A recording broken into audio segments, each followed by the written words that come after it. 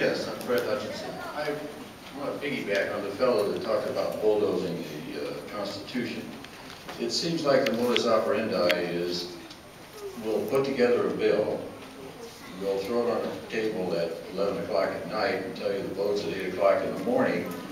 You mentioned that you've reviewed them for summaries, but I see this as it is a trend that's going to keep right on coming as long as we've got the Democratic leadership there.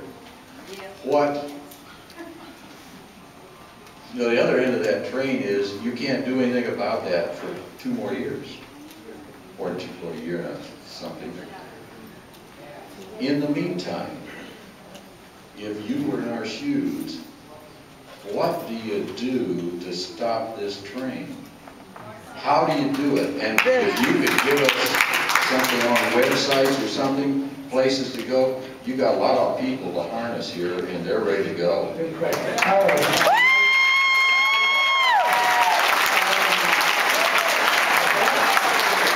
That's the whole point of today's meeting, actually. You're exactly right. Thank you for asking that question. Your energies do need to be harnessed. You do need to weigh in. You should not be remaining silent. Let your elected officials know how you feel. If I had a suggestion to like 3 people, it would be the President, the Speaker Pelosi, and the Majority Leader of the Senate, Harry Reid. Just for starters, like those 3 individuals. And if you want to start gathering signatures of people who agree with you, if you want to start putting together letters, I will deliver all those to the White House. Let me tell you, people in Washington have thinner skins than you might think. You write them 10 letters on any subject, and they're going to pay attention. You write them 50 letters on any subject, they might change your mind. You write them 100 letters on any subject, they feel like they're in danger of being recalled. So you can have an impact, but you have to speak up, harness the energy, join groups, contribute to organizations that think like you all. That is democracy at its best, and that's why this meeting is so successful today. So thank you for that point. I'd like to add one more thing. That being the case, the only thing I can say is let's do it, because cap and tax, open vote, all this other stuff is destroying the Constitution. I voted against cap and trade. Cap and tax. I want to thank you for serving your country. I don't care if we're Democrats, Republicans, or Independents. Number one, that Constitution and that Madison hanging up on your thing, you took an oath and I took an oath under God when we took our offices. If 10% is good enough for God, then it should be good enough for the government.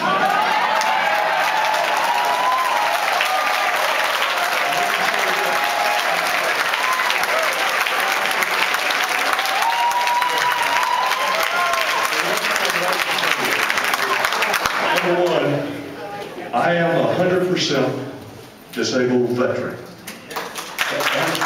And I want to tell you people that your kids that are serving in the military are being taken. The suicide rate for veterans that are coming back is higher than any profession. It used to be dentists were number one. But they have to take the back seat now to our veterans. What I want to say is Bush Jr. got rid of the Hemlock Society and the pamphlet that is given to the veterans. Let me tell you what we're doing to the veterans today. As of the 2nd of July this year, our president put back into function, your life, your choice. If you're a veteran in a wheelchair, or a nursing home, or just stressed out from being away from, or your wife left you, or whatever, they're recommending euthanasia. Now, if they're doing that to the veterans, and they talk about these panels, these people, and then all of everybody talk, so God bless you. This is what I'm going to say. The bottom line is this. At first, there was only 30 million illegal aliens, and then there were 40 million. Then we wanted to insure only 30 million people. Then 37 million, then 42. Last couple of weeks it was 49. Now it's over 50 million that we're going to do. When Medicare, Medicaid, and Social Security came out. Social Security was a locked box in order to balance the budget. And I'm just going to make a couple of statements in my question. But when they came out with Medicare, they estimated $6 to $7 billion, and at the most 9. The people that were hypocritical on Congress said 9. It ended up $66 billion for the first year.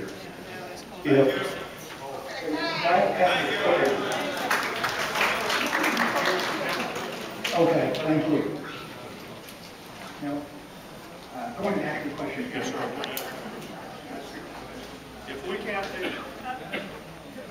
I'll repeat it. If we can't take care of if we can't take care of less than half of 1% of our population called veterans, then how can we take care of more than 16 times that? And if the roof on my house is broken, or the plumbing goes out, or I need a new car, I don't go out and buy a new one. We've got Medicare, Medicaid, and Social Security. They can be fine-tuned. Here's what I say, though. You need to think about what we're going to do.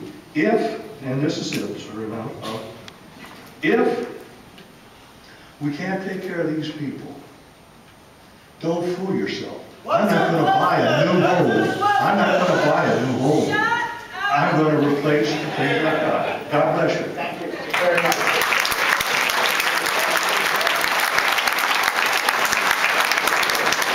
This is our last question there, but before we get to the last question, you do number one. I just had to do it.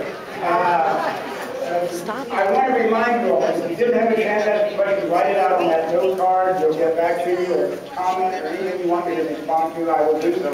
I'm also going to hang around here if anyone wants to come up and visit about any private issue or any way we can help you in the local office.